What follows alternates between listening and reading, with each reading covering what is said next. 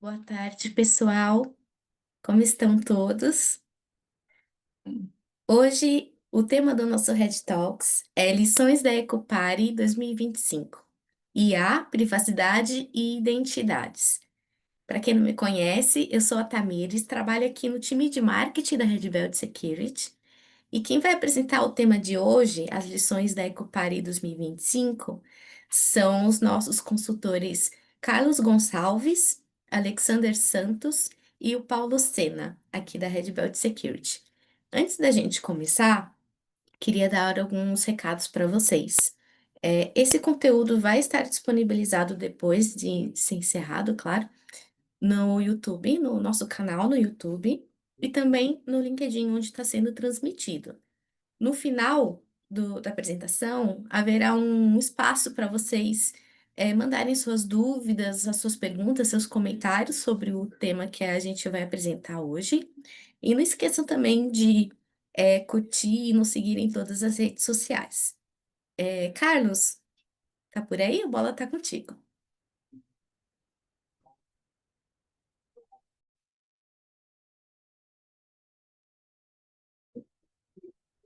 Opa, pessoal, boa tarde, tudo bem? Prazer estar aqui com vocês. Ah, bom, estou aqui com o pessoal, né? A ideia é compartilhar. Eu sou especialista de senha aqui da Red Belt. Estou aqui com meus colegas aqui também para compartilhar um pouco do que a gente aprendeu, né, na Ecoparty desse ano. A gente esteve lá em Buenos Aires. E a Ecoparty, né, para quem não conhece, é um dos eventos mais relevantes aí, né, de cibersegurança, reúne gente do mundo inteiro, onde você tem lá workshops, né, você tem, enfim, acho que mais de 200 palestras ali que a gente teve a oportunidade de visitar ali, com palestrantes de diferentes regiões ali, né, então workshops, né, a gente teve competições de CTFs lá, coisas mais dedicadas ali à parte de hacking e tudo mais, né? E aí hoje a gente tentou trazer aqui os temas mais relevantes, né? Porque obviamente não dá, são 45 minutos para a gente falar de tudo que rolou lá, né? É praticamente impossível, né? Mas a gente trouxe aqui os temas mais relevantes do evento, né? Que envolve aí a parte de criptografia pós-quântica, né? Que é um tema importantíssimo, né? Para hoje em dia, né, alguns paradigmas que vão mudar em relação à criptografia, né, e como a gente os conceitos de segurança digital, né, que vão mudar, né, e o papel da inteligência artificial nisso tudo, né. Ah, então, é, tá aí, né, tá o Alexander também, que é consultor de ciência aqui do time da Red Belt, e o Paulo aqui junto comigo para falar desses temas do evento.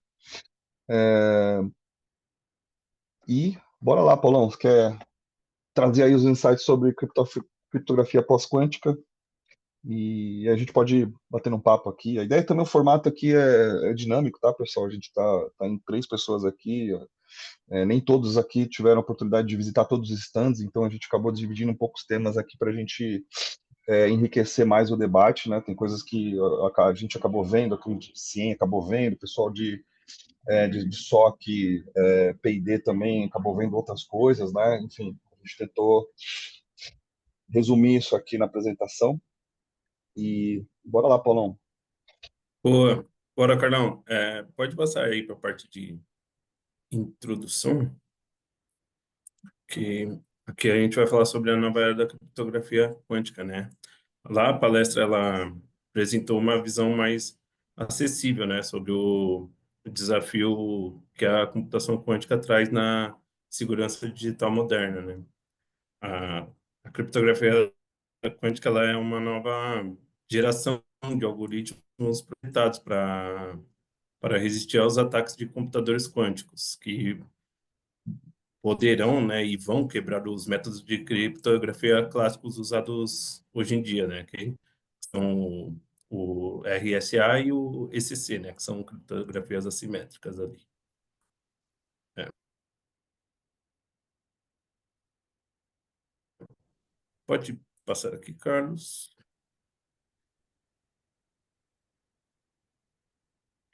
Bom, partindo aqui para a parte do o que é a criptografia quântica, né? Ela é basicamente é o conjunto de técnicas e algoritmos que permanecem seguros ali, mesmo diante da capacidade de processamento dos computadores quânticos.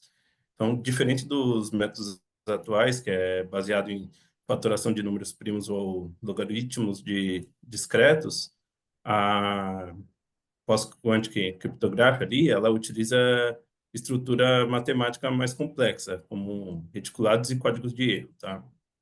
Então, ela, ela melhora ali a criptografia utilizada, tá? Pode dar continuidade aqui.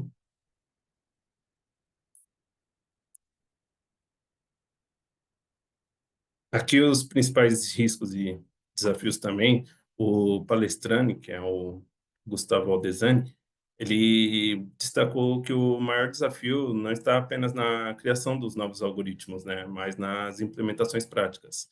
Ataques por canais laterais, né, que é o side channel attacks, falhas em geradores de números aleatórios e problemas de desempenho que podem comprometer a segurança mesmo de algoritmos matemáticos robustos, tá? Aqui pode dar continuidade. E aqui ele também falou sobre o problema da aleatoriedade, né? E para gerar chaves seguras, é essencial utilizar fontes de aleatoriedade real, né? Chamadas TRNG, tá? Que seria a tradução. E que se baseiam em processos físicos.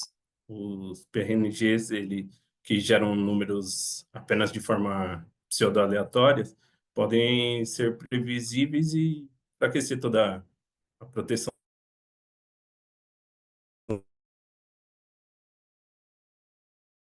da criptografia, tá? Pode seguir. E dando continuidade aqui para transição e futuro da segurança digital, tá? A transição para a criptografia pós-quântica ela vai ser gradual e híbrida. Os sistemas precisarão usar algoritmos clássicos e pós-quânticos ao mesmo tempo, até que o novo padrão seja consolidado. E segundo o NIST, essa migração está prevista para ocorrer ali até 2035, tá? Mas podendo se estender, tá?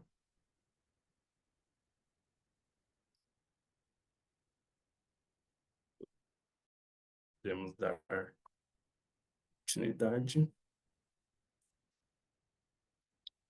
E aqui a gente segue para as conclusões e recomendações ali, tá? O palestrante ali ele também concluiu que a PQC ali, que criptografia pós-quântica, ela representa um dos maiores desafios tecnológicos das próximas décadas, tá? Sendo comparável até ao Y2K ali, ou a transição para o IPv6, mas com impacto ainda mais profundo, tá? Aí não agir a tempo pode levar à perda da soberania ali digital e à vulnerabilidade de infraestruturas críticas.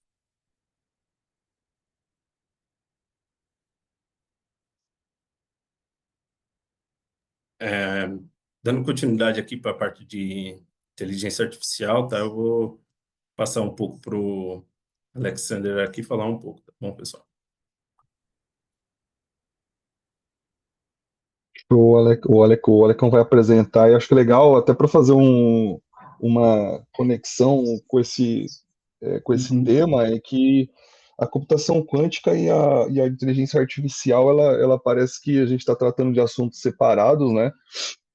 Só que, na verdade, eles vão caminhar juntos, porque você tem um focado em hardware, né, conectividade, né, e o outro em algoritmo. Então, na verdade, tá junto, né, nessa história de computação, né? A IA vai precisar de um processamento exponencial para evoluir, né? A gente está vendo tipo, as coisas que aconteceram com os mercados quando o DeepSeek surgiu, né? A OpenAI, a NVIDIA, enfim, o Ocidente investindo massivamente em computação, e aí vem um cara que consegue fazer muito mais do que isso, ou igual, entregar uma capacidade igual, gastando muito menos.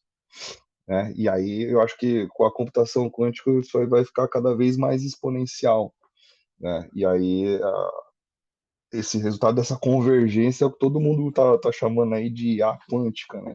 Você vai ter sistemas capazes de aprender e decidir em velocidade escalada, né? Que simplesmente você não cabe no computador clássico, né?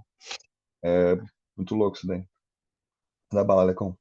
Pô, dando continuidade aqui também, né, no que o Paulo mencionou, e que o Cadu trouxe, né, sobre IA, sobre criptografia quântica, são coisas que estão muito relacionadas e começou uma corrida agora, né, de ver quem consegue chegar lá primeiro. Eu estava lendo umas matérias, até foi assunto ali nas palestras ali, né, na Ecopari, sobre a galera começar a guardar, né, os segredos ali, seja segredos, documentos, seja criptomoedas, aguardando, né, a chegada dessa computação quântica, né, ao ponto de virar algo comum, né, para todo mundo e como o Paulo bem trouxe aqui, é algo real já, né, a gente está falando ali de 10 anos, né, que passa assim no estalar de dedos, então que vai ao encontro, né, a inteligência artificial, que é o seguinte, quem não tá por dentro, quem não tá estudando, não tá querendo conhecer, vai ficar para trás.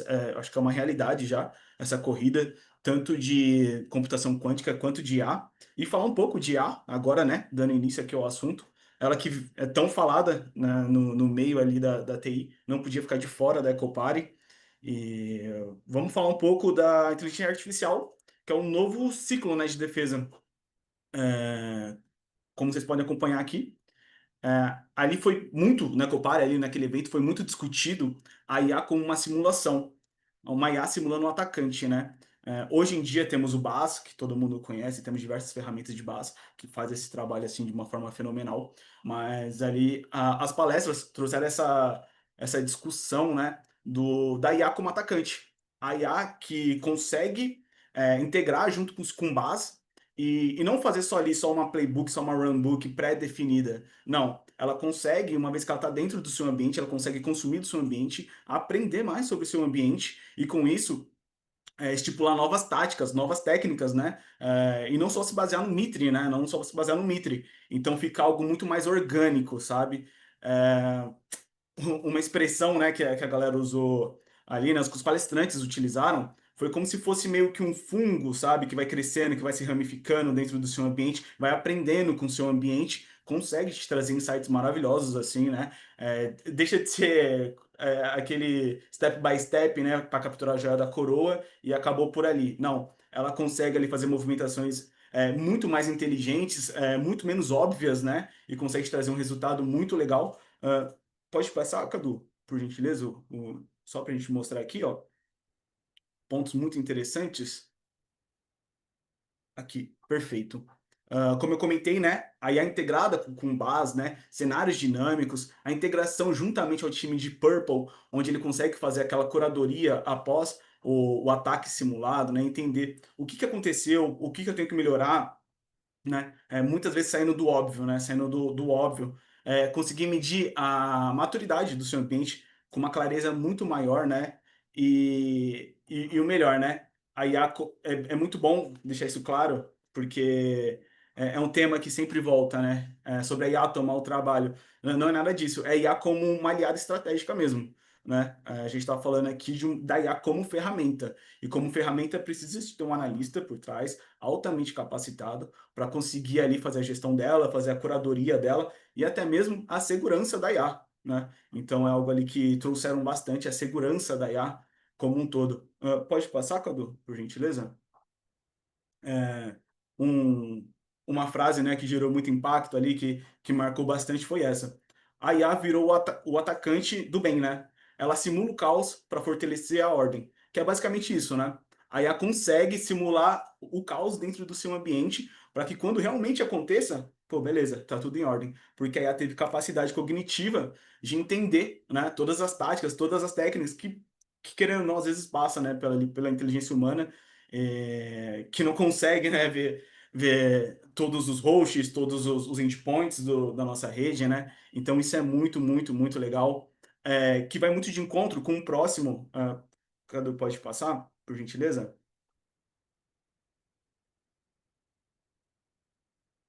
Que vai muito de encontro com hunting, né?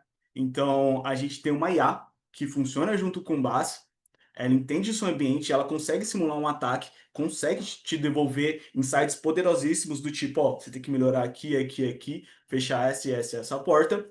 E por trás, ela ainda consegue correlacionar eventos. Ela consegue ter uma dimensão do seu ambiente de uma forma assim muito inteligente, né? E te trazer o necessário para você pegar insights do tipo, eu não sei quem é o meu endpoint final em um ataque, mas eu sei que toda vez que um atacante tenta acessar meu ambiente, ele usa o protocolo Kerberos. Eu passo essa informação para a IA consegue correlacionar protocolos Kerberos com movimentação lateral, com determinadas portas utilizadas dentro do ataque que utiliza, né, o protocolo Kerberos e consegue te trazer um evento ali no final totalmente mastigado, muito mais fácil, né, de entendimento. E a gente começa a pensar, Cadu, também, trago essa conversa também com o Paulo aqui, começar a juntar IA com outras ferramentas, como o Cien, né? Então você tem uma IA muito poderosa ali que consegue simular todo o seu ataque, consegue fazer a correlação desses ataques, né, em um único evento, consegue mandar para o seu Cien, consegue mandar para o seu SOC de uma forma muito mais clean, onde você pode mostrar ali para uma galera que não tá no dia a dia de cyber, que não tá no dia a dia de TI, né? Para uma galera ali que tá na gestão, algo do tipo, algo muito mais fácil de entender, algo muito mais palpável, sabe? Então, eu acho que essa é a lição principal da IA. A IA como uma ferramenta poderosa que vem aqui, cara, nos ajudar de uma forma absurda.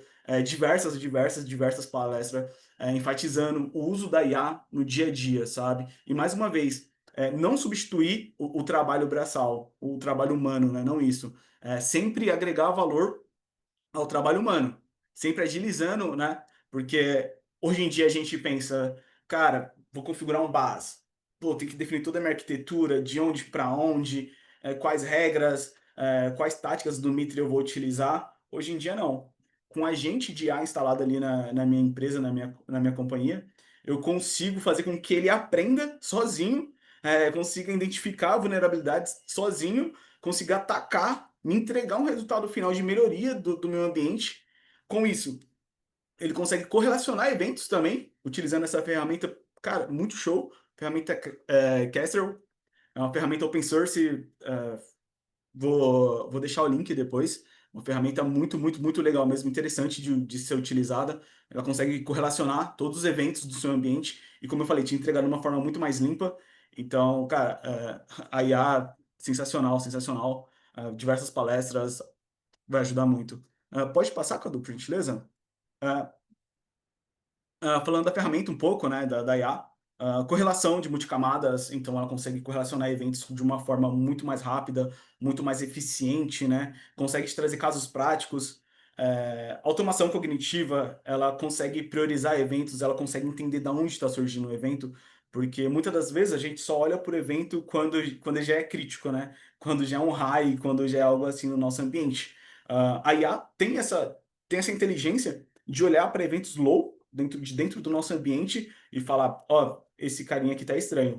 Começa a correlacionar com outros eventos e consegue te entregar um caso de uso muito interessante, muito antes de se tornar algo crítico que possa causar algum prejuízo para sua companhia, né? Então, essa é a sacada da IA, é você automatizar processos, é você agilizar processos e estar sempre à frente, né? Como o Cadu bem trouxe, como o Paulo trouxe, é uma corrida, né? Eu diria que é a corrida do atacante e do defensor. Quem souber utilizar melhor, quem treinar sua IA melhor, vai chegar no outro lado vitorioso, né? Pode passar, Cadu, por gentileza? A frase, né, que é muito importante dizer que a IA não substitui analista, né? Ela o amplifica. Enquanto a máquina correlaciona, o humano interpreta, né? Então, muito importante isso. A IA não é bala de prata, né? Não, não tem como vender esse sonho, não é a bala de prata, mas ajuda muito, correlaciona, poupa muito tempo, é algo assim maravilhoso.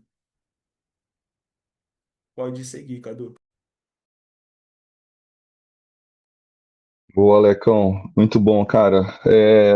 Bom, e aí chega no ponto que, é, assim, em resumo, é o que a gente está tentando trazer aqui, né, uma forma mais sucinta, né, que simboliza uma questão de transformação mesmo, né? A gente tem a questão da computação quântica, o uso da inteligência artificial, ferramentas que automatizam, né, processos de hunting, né, de detecção, né, descoberta ali.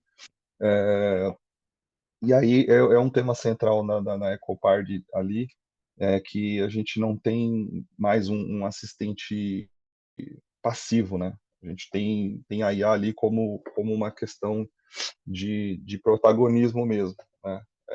E ela está presente dos dois lados aí, que foi o tema central aí do que o Alex trouxe, né? Bom, no nosso caso aqui, é, como isso quebra paradigmas, né, da área de segurança, né? O Alex chegou a citar ali como é que isso se integra a sistemas de CIEM, né, EDR, análise de tráfego, né, que você consegue fazer uma correlação em múltiplas camadas, né, do seu ambiente para você conseguir antecipar, por exemplo, comportamentos ali de movimentação lateral, né? Se tem técnicas ali de roubo de credenciais, né? E, enfim, outros tipos de ataque, né? Acaba que quando a gente tem esses agentes, né, integrados ao nosso ambiente, a gente coloca agentes para executar esses, esses testes, né, esses processos para a gente, e aí vai caber ao analista fazer a análise, né, dos resultados, né, analisar, fazer a curadoria daquilo que a IA produz, né, porque se a gente for analisar do ponto de vista de ataques cibernéticos, né, e como normalmente os atacantes compartilham informações entre si, né, estão usando sistemas autônomos também para executar essas campanhas. É natural que do lado de cá, né, do lado de quem está preocupado em defender, também possua ferramentas capazes de escalar, né, essa possibilidade, né, para a gente conseguir fazer de repente, uma triagem, né, uma análise robusta ali, né, de todo o seu ambiente com mais rapidez, com mais fluidez. Né? E basicamente a gente tem formas de trazer todo o processo que a gente executa, todo o ferramental que a gente possui, né, em relação a CIEM, né, a questão da linguagem, né, de hunting, né, tudo que a gente usa de forma programática, né, usando código, usando ferramentas de automação, vão capacitar a gente, vão permitir que a gente consiga estar no mesmo nível ali, né? A gente tem protocolos, né? Você tem MSP, você tem sticks para ler informações de feed, você tem ali o Kestrel para você conseguir, com uma linguagem própria para você fazer hunting, né? Assim como você tem outros tipos de linguagem, né? YARA-L, enfim, você consegue ter uma forma de codificar isso para você tornar algo automatizado, né? Incluindo a possibilidade de você incluir isso em fluxos de CD-CI, né? CI/CD, né? Então você tem uma pipeline que tem diversas etapas que são executadas ali, a exemplo da que a gente tem num fluxo de desenvolvimento, né?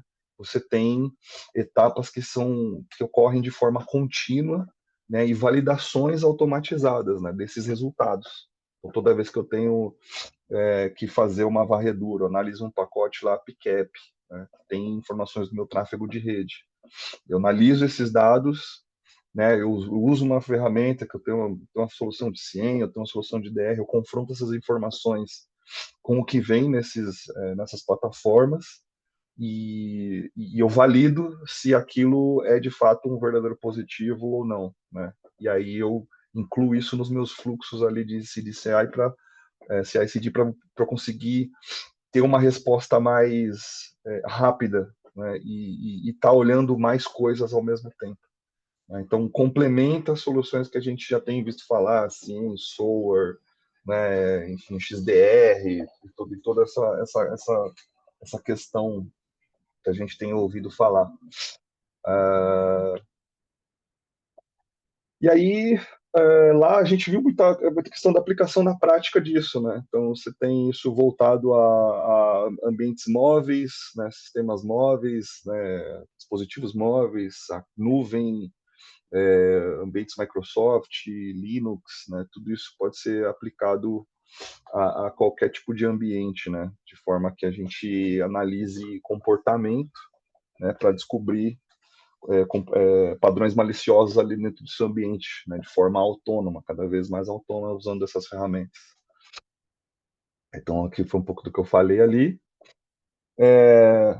E assim, é isso, pessoal. É um resumo aí do que aconteceu, né? Acho que se a gente falar ali da Ecoparty como um todo, basicamente é um evento que, mais uma vez, né, deixou claro que o que a gente, há um tempo atrás, imaginava que fosse demorar um tempo para acontecer, já está aí. A questão não é mais se vai acontecer, né? É quando, né?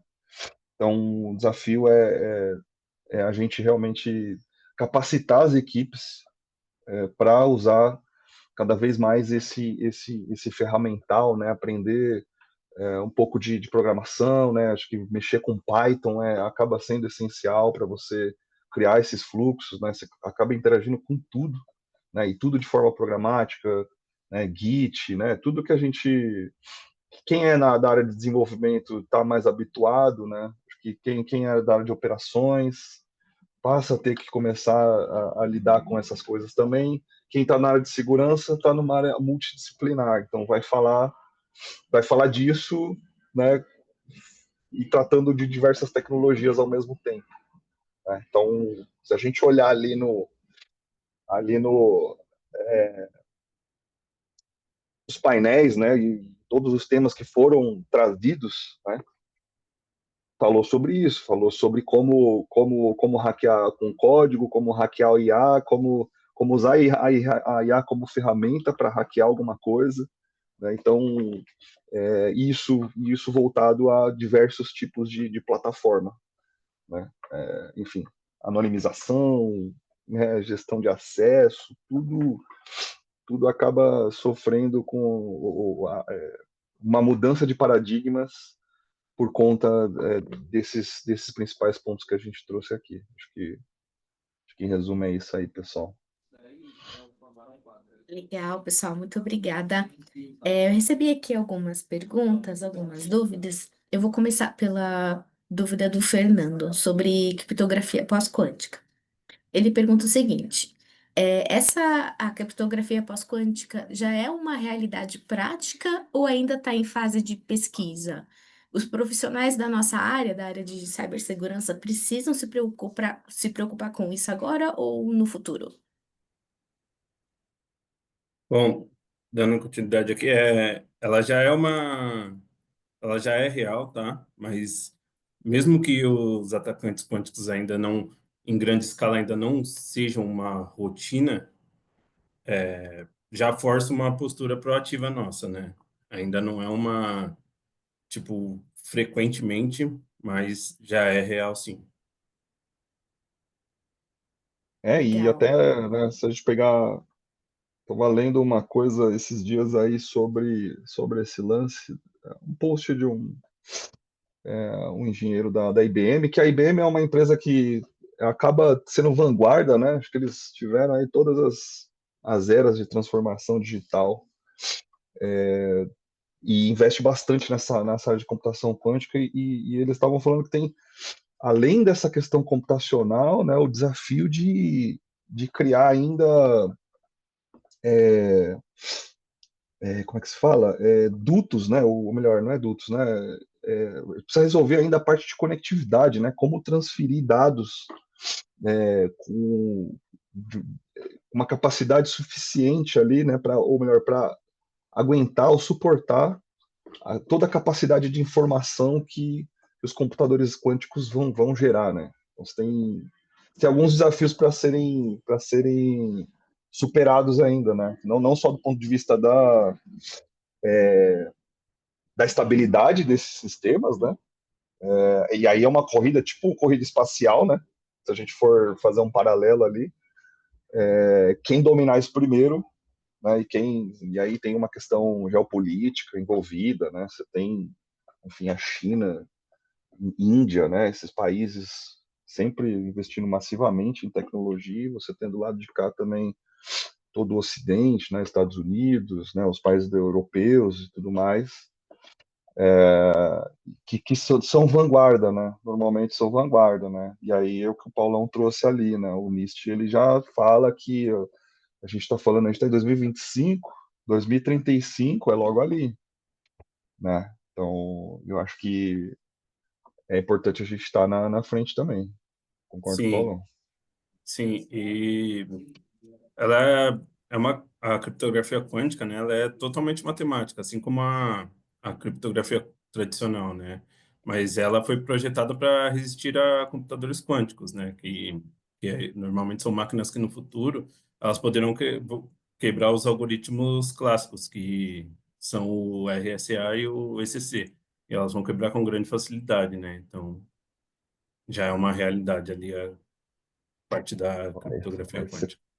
coloca, tipo, sistema de pagamento, coloca, Sim. cara, acesso a APIs, enfim, cai tudo muda, né? Tudo muda. Legal. Muito louco. A Eduarda também tem uma pergunta sobre criptografia pós-quântica. Ela fala o seguinte: como o Vixe, analista Paulão, júnior mentira, hein? estão interessados nesse tema? Olha só. Como um analista júnior pode começar a estudar o tema e entender os fundamentos da criptografia pós-quântica? Eu acho que ela está interessada em já sair na frente. É, isso daí é mais com pesquisas, webinars, essas coisas mais aprofundadas à criptografia quântica, né? Não tem um cenário específico assim, mas é mais com pesquisa sobre ataques quânticos, esse tipo de situação, né? Beleza. É, o João Paulo tem uma dúvida sobre IA. Eu achei pertinente também.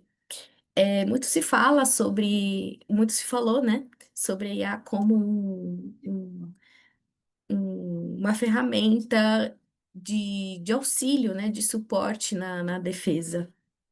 E, mas quais são os riscos de se confiar demais na inteligência artificial, nas soluções baseadas em inteligência artificial nesse sentido de defesa, né? Ele dá, por exemplo, falso positivo, manipulação dos modelos e como evitar esses problemas. Exato. É, respondendo a pergunta, inclusive foi tema também, né? E a gente tem dois pontos a ser discutido aqui, como o João Paulo bem trouxe. O primeiro é sobre falsos positivos, né? E o segundo seria a segurança da própria IA. Então, falando do primeiro, do falso positivo, a todo momento se falava ali, se pregava numa IA própria, né? Onde você pega um cliente, coloca no seu ambiente ali, né? A gente está falando aqui de você meio que criar, né? A sua IA ali na sua empresa para que ela possa aprender com o passar do tempo e com isso diminuindo a quantidade de falsos positivos, né? E mais uma vez, um analista por trás validando, né? Foi uma das frases que eu coloquei ali. Isso é muito importante, tá? A IA no final do dia é uma ferramenta e precisa sim um jornalista por trás validando. Mas uma vez que você tem uma IA própria sua, da sua empresa, aprendendo sobre o seu ambiente, a gente pode concordar aqui que se torna muito mais difícil é, gerar falsos positivos, né? Então, esse é um ponto muito crítico e muito importante, né, de se reforçar, que a todo momento foi falado em IA própria, IA própria, IA própria. Você ter a sua, aprendendo sobre o seu ambiente, você alimentando ela com informações e você fazendo ali, lapidando ela, né? Porque nada mais é do que ela vai te fazendo pergunta, você vai respondendo, né? Ela vai aprendendo brechas, né? Quando a gente tá falando ali de uma IA que auxilia no ataque, uma IA que auxilia como um base ali, algo do tipo, até numa correlação de eventos, enfim. Então, é isso. Inclusive, hoje a gente usa em alguns clientes o Google SecOps, e ele tem uma função ali, né, da Gemini, que é muito isso, né? Basicamente, você ingere fontes de logs diversas com essas regras, com essas fontes de logs, e começa a gerar regras. Eu vi que tá tomando muito bloco aqui, no AF, pode ser um brute force partindo desse host, então eu acho legal a gente começar a olhar para isso. Aí vem o papel do analista. Pô, pode desconsiderar. É um falso positivo. Ou não, tipo, pô, muito obrigado. Vamos investigar, vamos criar casos de uso em cima disso. Então, a IA e o aprendizado dela é muito forte, tá? E leva tempo, obviamente. A gente não tá falando algo de um projeto aqui que vai demorar. Opa, Cadu, tá compartilhando a tela. Nós não tá falando aqui de um projeto que vai durar, não sei, 2 dias, um mês, não. É algo que demora, que leva tempo. E na outra parte, ali respondendo a segunda parte da pergunta do João Paulo, seria a segurança da própria IA, né? A gente viu ali diversas palestras falando sobre prompts maliciosos dentro da IA. Isso ainda é algo que acontece. Inclusive, teve um bug bounty ao vivo lá para a galera quebrar códigos de IA. Então foi algo bem legal, umas gincanas ali, né? Muito, muito legal mesmo. Então tem que ter cuidado também com isso. Mais uma vez, não é bala de prata, não é algo inquebrável. Muito pelo contrário, no evento ficou muito claro que ainda é algo frágil, que dá para ser quebrado por hackers. Então, mais uma vez, né? Eu colocaria como uma corrida de dois lados. E quem melhor treinar a sua IA, quem se aprofundar mais no assunto, vai ganhar essa corrida. Tanto o defensor quanto o atacante, né? Essa é a resposta para a pergunta do João Paulo. Que eu espero que tenha respondido. Muito bom. Uma última dúvida aqui da Miriam agora. Ela pede dicas de eventos como a Ecopare, que vocês foram, para conhecer mais sobre o assunto, as tendências e fazer networking. O que que vocês sugeririam para um analista, né? De eventos aqui no Brasil, online ou internacionais? Eu acho que o primeiro passo, seguir a Red Belt no LinkedIn, a galera do marketing que tá aqui na Cal com a gente posta lá diversos eventos, feiras, encontros, isso é bem legal. Red Talks também, a gente está sempre aqui discutindo temas atuais de cyber, então creio que é um primeiro passo. O segundo seria a comunidade mesmo, sabe? A comunidade de cyber é muito forte. Não precisa procurar muito, você vai achar alguns grupos aí de Telegram, do grupo do próprio LinkedIn, falando de eventos, tanto Ecopare como MindDSec, entre outros, que são eventos voltados para a comunidade cyber, voltada para a comunidade hacker. Muito legal, todo mundo se encontra, como você mesmo comentou. Troca experiência, troca ideias, dúvidas, traz novidades, como, né, computação pós-quântica. A gente pensou que ia demorar. A gente foi no evento, a galera tava falando, tinha um fórum falando, tinha uma galera em volta desse assunto. E a mesma coisa, uma galera trazendo ideias novas, trazendo prompts que a gente nem pensava, prompts de ingestão de dados, prompts maliciosos para IA. Então, eu indico isso, sempre estar ali atenta aos posts da Red, sempre pinta uma novidade ali para a comunidade cyber, bem legal mesmo. E dá uma pesquisada, Telegram, caso queira também, estou disponível, ele pode me adicionar no LinkedIn, faço alguns posts também, pode me chamar, a gente pode fazer uma agenda, alguma coisa do tipo. Eu creio que é isso. Não sei se alguém quer complementar. Eu acho que tem um ponto interessante também, que eu costumo me basear, que é a indústria, né? Principalmente o setor financeiro, ficar de olho no que esses players, eles, né? Quem vende soluções para voltadas a esses setores que costumam ser vanguarda de tecnologia, acabam ditando o caminho que as coisas vão seguir. Então, tipo, computação quântica é um negócio que se falava sei lá, eu ouço falar há pelo menos uns 20 anos. Tipo, IPv6, né? São coisas que esses caras falam, né, e em algum momento a indústria adota esse padrão e a partir dali, então, Febraban, né, você pegar esses eventos aí, né, os que são mais voltados a hacker lá, DEFCON, né, que são esses grandes aí, Black Hat, né, vira e mexe você vê falar sobre algum conceito que está no hype. E aí é normalmente por onde a gente acaba se baseando para seguir para ter um norte, né? Para saber para onde as coisas estão caminhando. Acho que é um insight interessante assim. Exato. Muito legal, pessoal. Quero agradecer os apresentadores de hoje, o Alexander, o Carlos, o Paulo, pelo tempo, pela dedicação de vocês. Obrigada também para quem acompanhou a gente até agora. Não esqueçam, se sobrou alguma dúvida, entre em contato com a gente, contato@redbelt.com.br ou coloca ali o seu comentário, sua dúvida no LinkedIn, nas nossas redes sociais, manda uma mensagem direta para a gente no LinkedIn. Estamos à disposição para tirar todas as dúvidas. Muito obrigada, pessoal. Então, até a próxima, o próximo Red Talks. Valeu. Obrigado. Tchau, tchau. Gente.